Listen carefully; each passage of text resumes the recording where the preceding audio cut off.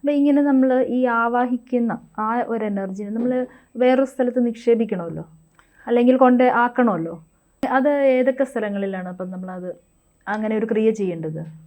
പിതൃക്കളെ ആവാഹിച്ചു കഴിഞ്ഞാൽ മിക്കവാറും ശിവചൈതന്യത്തിലേക്കായിരിക്കും കൊണ്ടുപോകുന്നത്, അല്ലെങ്കിൽ വിഷ്ണു പദത്തിലേക്കായിരിക്കും കൊണ്ടുപോകുന്നത്. നമ്മൾ രാമപാദം ചരണേ മുകുന്ദ രാമപാഹ്യമാണ്, രാമൻ്റെ പാദങ്ങളിലോ അവിടെ ഈ പിതൃ സുരക്ഷിതമാണ്. അപ്പോൾ അവിടേക്കാണ് നമ്മൾ കൊണ്ടുവന്ന് ഏൽപ്പിച്ചു കൊടുക്കുന്നത്. ഈ ആവാഹിക്കപ്പെടുന്ന പിതൃവിനെ ചിലപ്പോൾ അവർ പല രൂപത്തിലായിരിക്കും ആവാഹിക്കുന്നത്. ചിലപ്പോൾ നമ്മൾ ഒരു ലോഹത്തിലേക്കായിരിക്കും ആവാഹിക്കുന്നത്, അല്ലെങ്കിൽ ആൾരൂപങ്ങളിലേക്കായിരിക്കും ആവാഹിക്കുന്നത്. പുരുഷനാണെങ്കിൽ പുരുഷൻ്റെ ആൾരൂപം എടുക്കും, ആ രൂപത്തിലേക്കാണ് ഈ ചൈതന്യത്തെ ആവാഹിച്ചെടുക്കുന്നത്, ഈ മരണപ്പെട്ടവരുടെ ആത്മാവിനെ ആവാഹിക്കുന്നത്.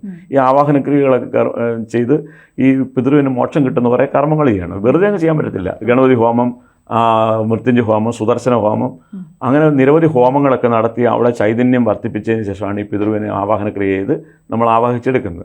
എടുത്തിട്ട് ഇതുപോലുള്ള ഒരു ക്ഷേത്രത്തിൽ ഇതിനെ വിലയം പ്രാപിപ്പിക്കുമ്പോൾ അവിടെ ആ പിതൃ സുരക്ഷിതമായിത്തീരും എന്നുള്ള സങ്കല്പത്തിന്മേലാണ് നമ്മൾ ഇത്തരം ക്രിയകളൊക്കെ ചെയ്യുന്നത്. സമ്പൂർണ്ണ ജാതകം, സാധാരണ ജാതകമല്ല, സമ്പൂർണ്ണ ജാതകം. 75 പേജുകളടങ്ങിയ സമ്പൂർണ്ണ ജാതകം 250 രൂപയ്ക്ക് നിങ്ങളുടെ കൈകളിലേക്ക്. അതിനായി നിങ്ങൾ ചെയ്യേണ്ടത് ഇത്രമാത്രം: താഴെ കാണുന്ന നമ്പറിൽ ബന്ധപ്പെടുക. ജ്യോതിഷവുമായി ബന്ധപ്പെട്ട എല്ലാ വിശേഷങ്ങളും നിങ്ങളിലേക്കെത്താൻ ABC ജ്യോതിഷം സബ്സ്ക്രൈബ് ചെയ്യുക.